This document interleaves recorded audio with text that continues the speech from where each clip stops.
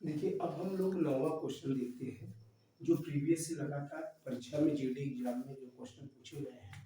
अब देखते हैं, इससे महत्वपूर्ण दिवस है ना, कुछ दिवस से क्वेश्चन बनते हैं।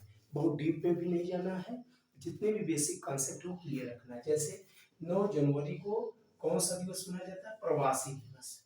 9 जनवरी के दिन गांधी जी कहाँ आए थे?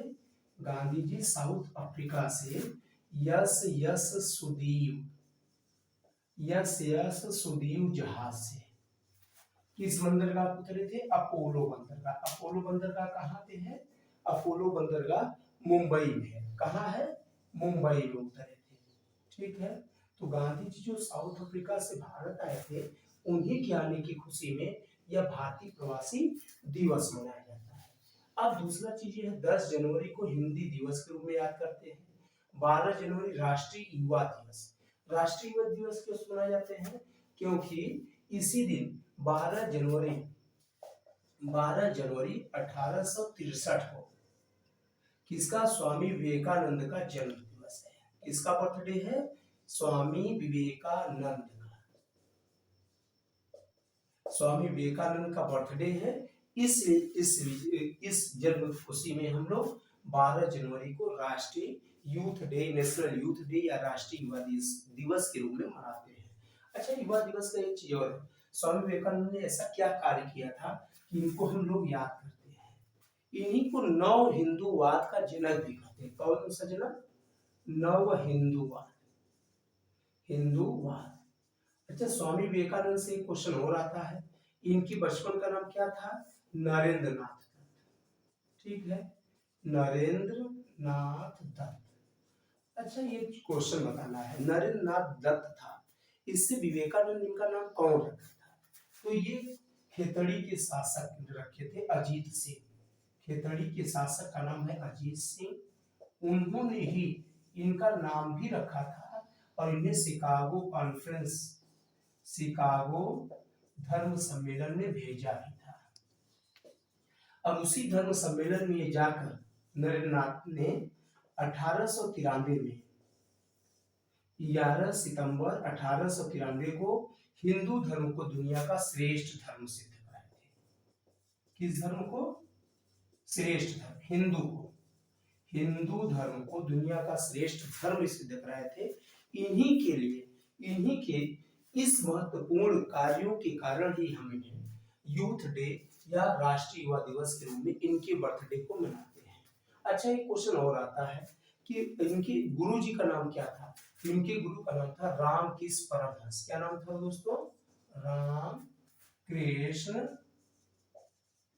परमहंस। ठीक है।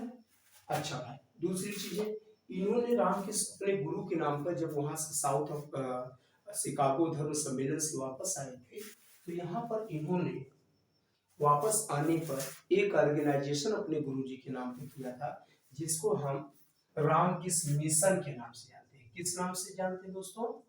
रामकृष्ण मिशन।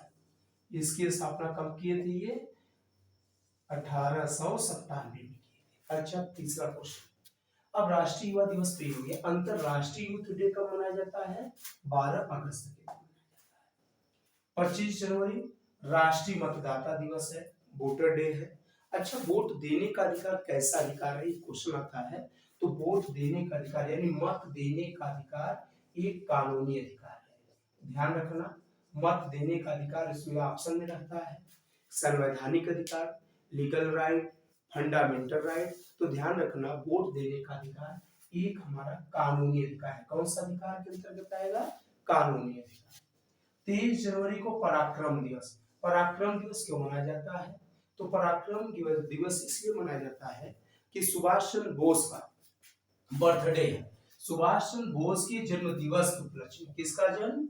सुभाष चंद्र बोस का ही ये स्लोगन था, तुम मुझे खून दो मैं तुझे आजादी दूंगा, दिल्ली चलो। सुभाष चंद्र बोस ने ही फॉरवर्ड ब्लॉक की स्थापना की थी।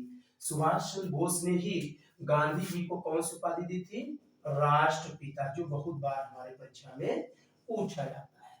सुभाष चंद्र बोस के इन्हीं सब कारणों के कारण ही उनकी बर्थडे को हम पराक्रम दिवस। 28 फरवरी राष्ट्रीय विज्ञान दिवस। अच्छा, राष्ट्रीय विज्ञान दिवस क्या क्यों याद किया जाता है? क्योंकि 28 फरवरी के दिन ही रमन प्रभाव को देखा गया था। किस प्रभाव को? रमन प्रभाव। और इसी प्रभाव के कारण इनको क्या प्राप्त हुआ था? नोबेल। इसलिए 28 फरवरी को रमन प्रभाव के नाम से हम याद करते हैं। 8 मार्च अंतरराष्ट्रीय महिला दिवस है। 22 मार्च पृथ्वी दिवस। अब यहां से देखना है दोस्तों, 3 दिवस एकदम सेम है। क्या क्या?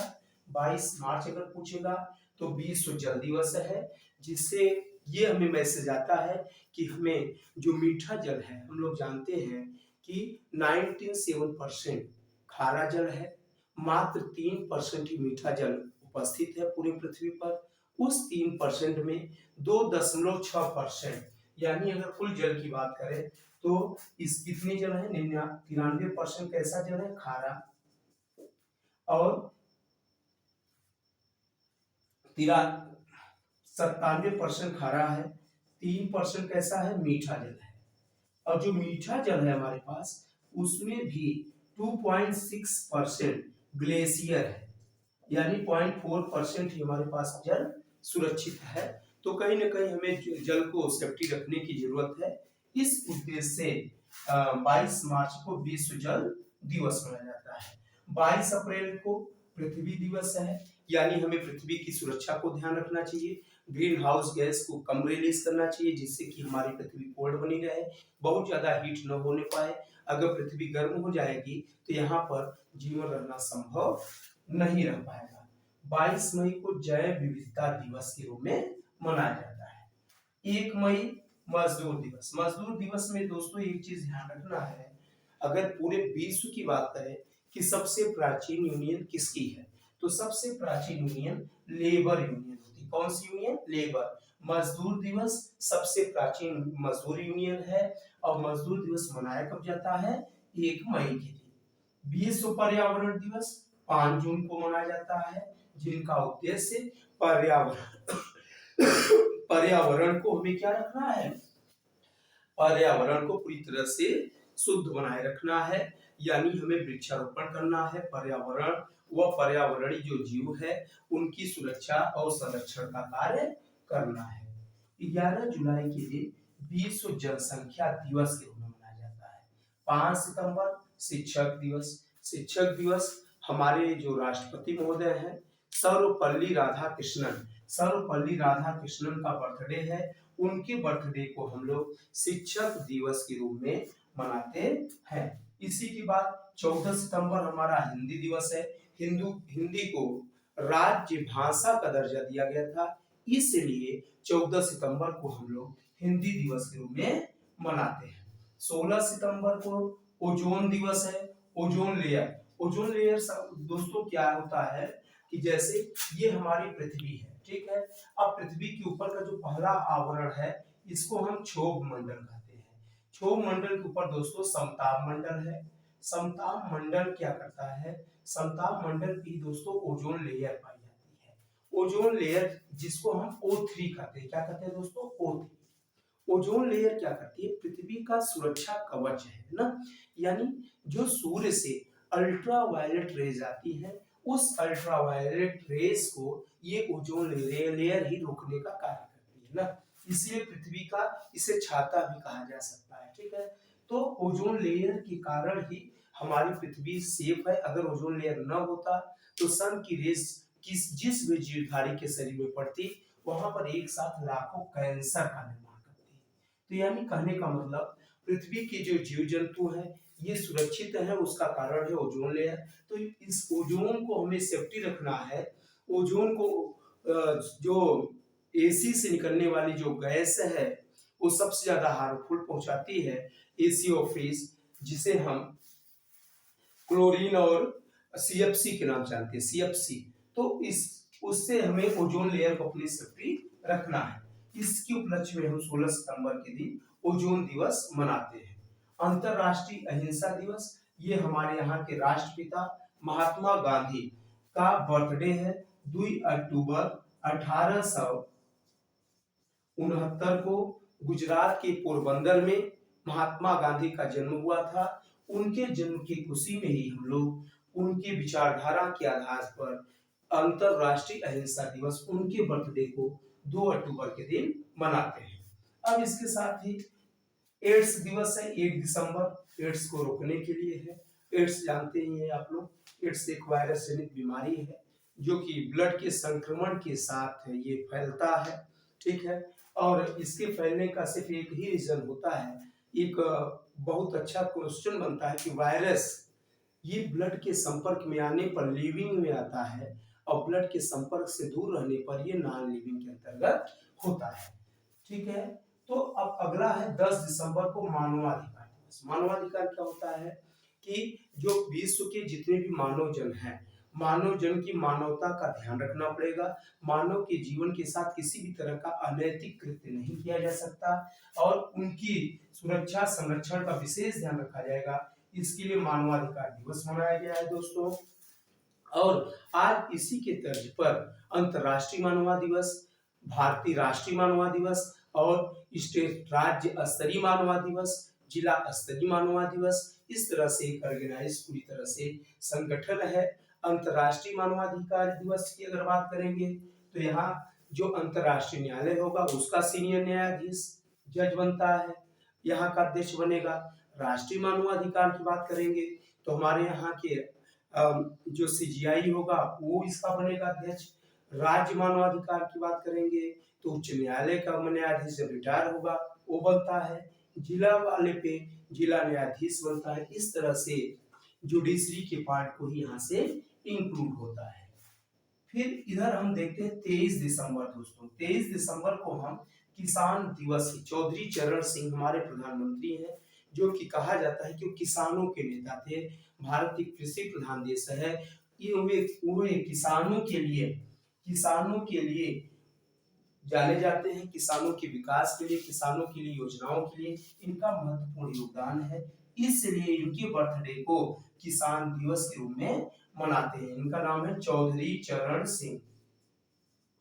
अगला है कंज्यूमर डे, उपभोक्ता दिवस। उपभोक्ता दिवस 2 दिसंबर के दिन मनाया जाता है। दोस्तों इस तरह से अगर हम साल की बात करें तो हमारे परीक्षा में और अदर एग्जाम में काफी डीप से बहुत सारे क्वेश्चन पूछे गए हैं, लेकिन जब हम चूंकि अभी हम जीडी के पॉइंट ऑफ व्यू से एनालिसिस करेंगे तो जीडी में आप लोगों के लिए इतना दिवस सफिशिएंट है। आज तक जो भी आपसे क्वेश्चन पूछे गए हैं इसी के रिलेटेड क्वेश्चन आया है, इसलिए बहुत ज्यादा मेहनत की जरूरत यहाँ पर नहीं है। अगला क्वेश्चन दोस्तों, वनों की कटाई का क्या परिणाम है? अगर वन वृक्षारोपण, अगर वन को काट दोगे तो इसका क्या इफेक्ट पड़ेगा? नंबर 1, भूजल स्तर में कमी आएगी, यानी भूजल का जो स्तर होगा कम होगा। हाँ, कम होगा, भूजल का स्तर कमी आएगी, यानी भूजल का जो स्तर है ऊपर की बजाय वो नीचे की ओर दबता चला जाएगा, यही सही है। दूसरा, पृथ्वी पर प्रदूषण के स्तर में वृद्धि होगी, बिल्कुल सही है। वनों की कटाई का परिणाम है कि भूजल का स्तर में कमी आएगी, पृथ्वी पर प्रदूषण का स्तर में वृद्धि होगा। अगर देखो दोस्तों, अगर पृथ्वी पर वनों की कटाई हो जाएगी तो वन क्या करते हैं, हमारे वन हमें वास करने का काम करती है, यानी जो CO2 होता है, कार्बन डाइऑक्साइड या ग्रीन गैस होती है, उसको वन क्या करते हैं, CO2 को ही ऑक्सीजन में रिलीज कराते हैं, CO2 को एब्जॉर्ब करते हैं और ऑक्सीजन रिलीज करते हैं। लेकिन जब वन की कटाई हो जाएगी तो CO2 ही रह जाएगा, है ना, ऑक्सीजन रिलीज नहीं होगा, तो पृथ्वी पर प्रदूषण के स्तर में हमेशा वृद्धि होगी। वायुमंडल में ऑक्सीजन की वृद्धि होगी? नहीं दोस्तों, ये वृद्धि नहीं होगी, बल्कि ऑक्सीजन की क्या होगी, इसमें कमी होगी। अगला है प्रकृति के संग्रह में संतुलन। प्रकृति के संग्रह का संतुलन विघटित होगा, बिल्कुल सही दोस्तों, कि जो पृथ्वी का जो बैलेंस होता है कि CO2 के कारण, वृक्षारोपण के कारण एक इन्वायरमेंट मेंटेन रहता है, वो अगर वृक्षारोपण को काट दिया जाएगा तो पूरी तरह से वो क्या होगा दोस्तों, प्रभावित होगा। यानी यहाँ पे वायुमंडल में ऑक्सीजन की वृद्धि, यही गलत है, बाकी 3 क्या है, बिल्कुल सही इफेक्ट है।